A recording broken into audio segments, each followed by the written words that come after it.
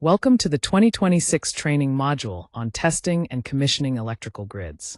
Today, we'll focus on meter testing, which is a crucial step to ensure accurate measurement and reliable performance within the electrical grid. Let's dive into the key concepts and procedures that will help you master this essential topic. Here we have the reference framework for testing and commissioning electrical grids. This slide lists key organizations and standards that form the foundation of our commissioning manuals and test scripts. Among them are the IEC, or International Electrotechnical Commission, and IEEE, the Institute of Electrical and Electronics Engineers, both widely recognized in the industry. We also have ASTM, which focuses on materials testing, and NEMA, representing electrical manufacturers. ANSI sets national standards, while organizations like SIGER and ICA focus on large systems and cable engineering respectively. KEMA serves as an electrical engineering verification body. It's crucial to apply the most stringent approved requirement whenever discrepancies appear between project specifications, manufacturer instructions, and standards. Always document the reference used on test sheets to ensure transparency for future reviewers. This approach maintains the highest safety and quality in our work. Here we have the commissioning schematic specifically designed for advanced metering infrastructure, or AMI meters, as well as revenue and power quality meters. This reference schematic serves as a crucial guide during the testing and commissioning phase of the electrical grid. It ensures that all meters are accurately installed and functioning as intended, which is vital for reliable data collection and billing. This is outlined in Commissioning Manual number 14-1. Making it the go-to resource for technicians and engineers working with these systems. For testing and commissioning the electrical grid, specifically the AMI meters, we focus on verifying revenue and power quality meters through several key steps. First, we confirm the accuracy of AMI meters by secondary injection, display verification, energy accuracy, and communication checks. Our references include relevant procedures like PRNG 6460-002 and IEC 60051, along with approved metering drawings and test forms.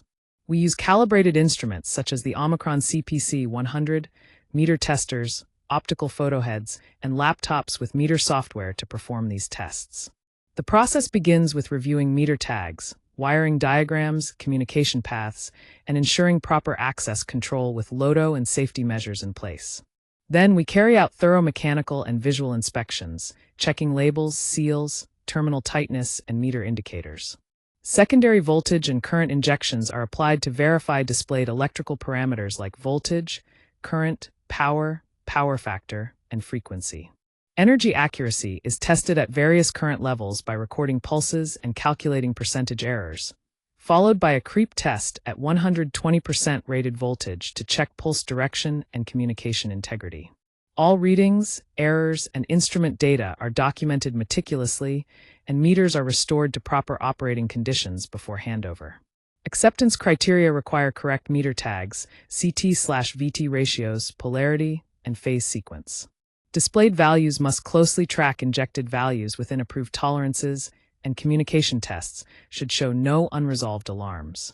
Finally, the hold point ensures a witness verifies all key results and confirms the meter's condition before official acceptance. Here we have the commissioning schematic for the CM_P14-2 analog and digital meters, which serves as a crucial reference for testing and commissioning. This schematic specifically focuses on using secondary injection to ensure accurate meter performance. Following this reference carefully helps us verify the functionality of meters within the electrical grid before they go live, ensuring reliability and safety throughout the system. Here we have a detailed procedure for testing and commissioning analog and digital meters within an electrical grid.